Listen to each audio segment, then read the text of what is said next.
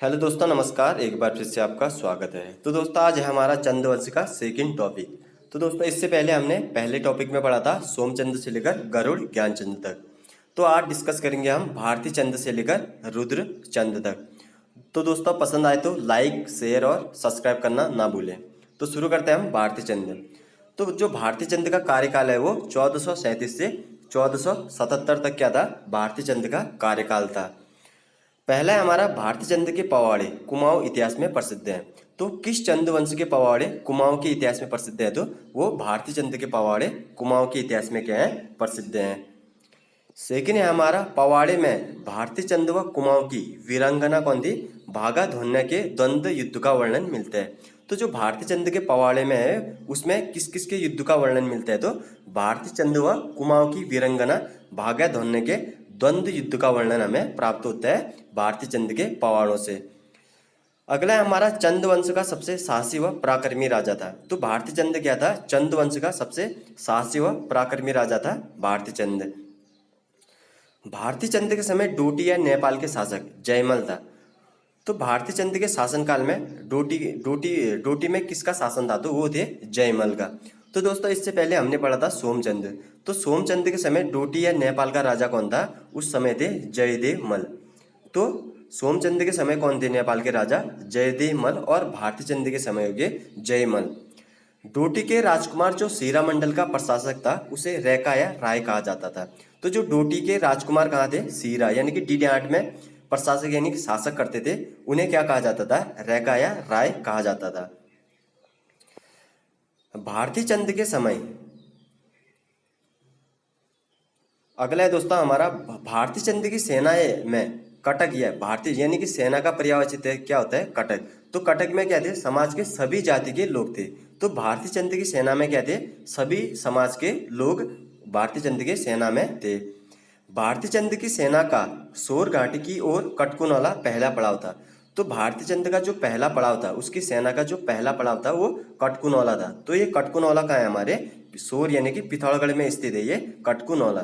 तो भारती चंद्र का पहला पड़ाव कौन सा हो गया, कटकुनौला से। अगला है हमारा जो भारती चंद्र का सेकंड पड़ाव था यानी कि दूसरा पड़ाव था, वो था काली नदी के किनारे बाली चौड़। तो भारती चंद्र का दूसरा पड़ाव कौन सा हो गया, बाली चौड़। अगला है हमारा भारती चंद्र ने 12 वर्षों तक डोटी पर घेरा डाला, अंत में विजय मिली। तो भारती चंद्र ने नेपाल पर कितने वर्षों तक डेरा डाला था, 12 वर्षों तक डेरा डाला था और अंत में उसे क्या मिली थी, विजय मिली थी। अगला है हमारा डोटी की विजय 1451-52 में हुई थी। तो जो डोटी की विजय कब की थी भारती चंद्र ने, 1451-52 ईस्वी में की थी भारती चंद्र ने डोटी की विजय। अगला है हमारा सीरा में ये मैं होगा दोस्तों, सीरा में भारती चंद्र ने डुंगरा बसेड़ों का अपना सामंत नियुक्त किया था। तो भारती चंद्र ने सीरा डीडी8 को विजय करके उसमें किसको अपना सामंत नियुक्त किया था, तो डुंगरा और बसेड़ों को अपना सामंत नियुक्त किया था। डुंगरा बसेरा के बाद मदन सिंह व राय को सामंत नियुक्त किया था। तो सीरा जो डीडी8 में डुंगरा और बसेड़ों को क्या किया था, उसने पहले उस वहाँ सामंत नियुक्त किया था। उसके बाद डुंगरा और बसेरा के बाद उसने किस किस को सामंत नियुक्त किया था, तो मदन सिंह और राय सिंह को उसने सेरा डीडी8 में अपना सामंत नियुक्त किया था। अगला है हमारा नायक जाति की उत्पत्ति भारती चंद्र के समय हुई जब डोटी का युद्ध हुआ था। तो नायक जाति की उत्पत्ति किसके समय हुई थी, तो भारती चंद्र के समय हुई थी। अगला है हमारा नायक जाति के लोग चंद शासकों की जो चंद शासकों की क्या थी, अवैध संतान थी। तो नायक जाति के लोग क्या थे, चंद सैनिकों की अवैध संतान थी। आई होप दोस्तों चंद जो हमने भारती चंद्र पढ़ा उसके बारे में आपको समझ में आया होगा। अब पढ़ते हैं हम रत्नचंद।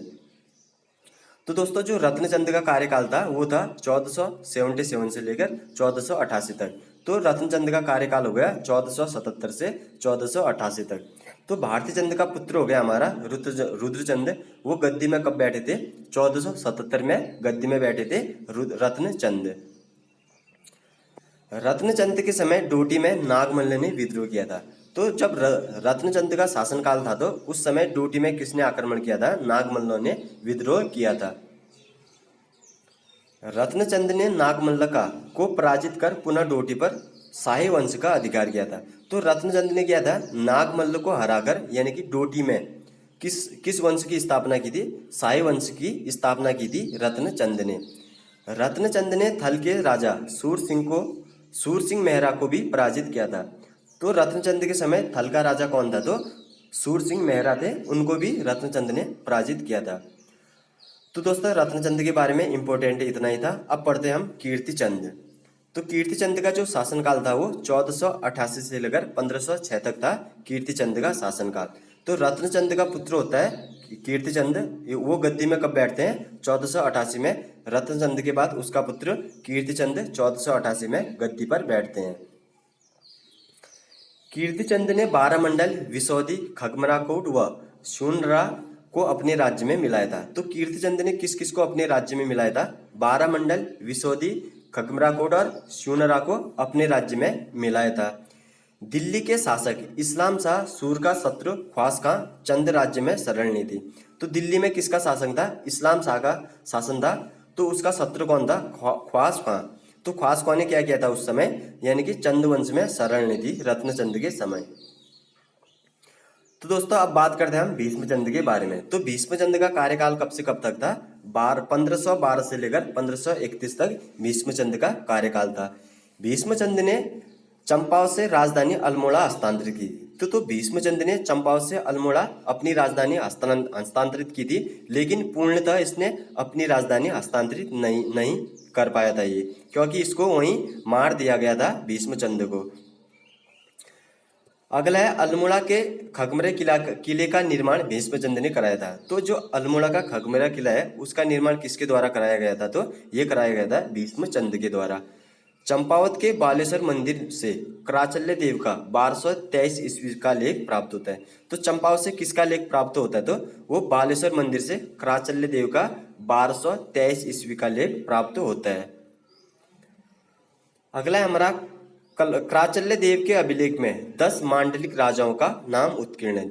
जो कराचल्य देव का अभिलेख कब मिला था हमें? 1223 में प्राप्त हुआ था। उसमें कितने मांडलिक राजाओं का उल्लेख है? तो 10 मांडलिक राजाओं का उल्लेख है, जो क्या हुआ करते थे? वो सामंत हुआ करते थे।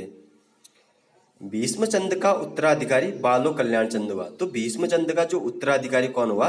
बालो कल्याण चंद हुआ। बालो कल्याण चंद ही दोस्तों जो चंपावत से अपनी राजधानी पूर्णतः अल्मोड़ा हस्तांतरित करता है, बालो कल्याण चंद। कल्याण चंद 1545 से 1565 ईस्वी तक गद्दी पर रहा था। तो कल्याण चंद का कार्यकाल हो गया 1545 से 1565। अगला है हमारा बालो कल्याण चंद भीष्मचंद द्वारा गोद लिया हुआ पुत्र था, क्योंकि भीष्मचंद क्या था? निसंतान था। तो बालो कल्याण चंद क्या है? भीष्मचंद द्वारा गोद लिया हुआ पुत्र था, क्योंकि भीष्मचंद क्या था? निसंतान था। प्रथम चंद राजा जिसने महाराजा धीराज की उपाधि धारण की थी।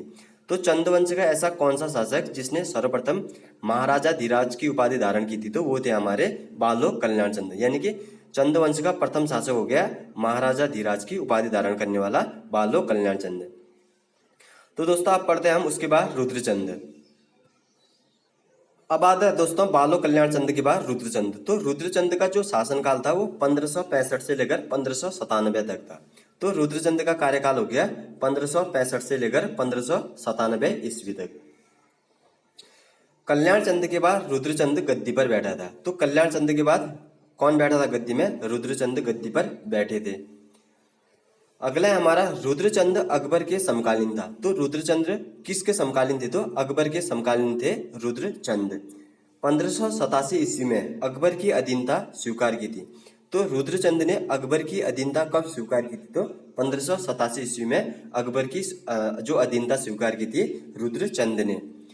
रुद्रचंद ने तराई पर आक्रमण किया, उसके समय तराई पर हुसैन खान ने कब्जा किया था। तो जब रुद्रचंद ने तराई पर आक्रमण किया तो उस समय तराई पर किसका कब्जा था? हुसैन खां का कब्जा था। रुद्रचंद ने रुद्रपुर नगर की स्थापना की थी। तो रुद्रपुर जो नगर की स्थापना किस शासक द्वारा की गई थी? तो रुद्रचंद द्वारा की गई थी। रुद्रचंद ने अकबर को तिब्बती याक, कस्तूरी हिरणों की खाल भेंट की थी। तो रुद्रचंद ने अकबर को किस किस की भेंट की थी? तो तिब्बती याक और कस्तूरी हिरणों की खाल भेंट की थी अकबर को। अकबर ने रुद्रचंद को 84 माल परगना का फरमान दे दिया। तो अकबर ने क्या दिया था रुद्रचंद को खुश होकर? तो 84 माल का जो परगना फरमान में दिया था। उसे तब से जिम्मेदार कहना प्रारंभ हुआ था। जब अकबर ने रुद्रचंद को क्या दिया था तो 84 माल का परगना फरमान में दिया था, तो तभी से रुद्रचंद को जमींदारी कहना प्रारंभ किया गया। अल्मोड़ा का मल्ला महल रुद्रचंद ने बनवाया था। तो जो अल्मोड़ा में क्या है, मल्ला महल है, वो किसके द्वारा बनाया गया था?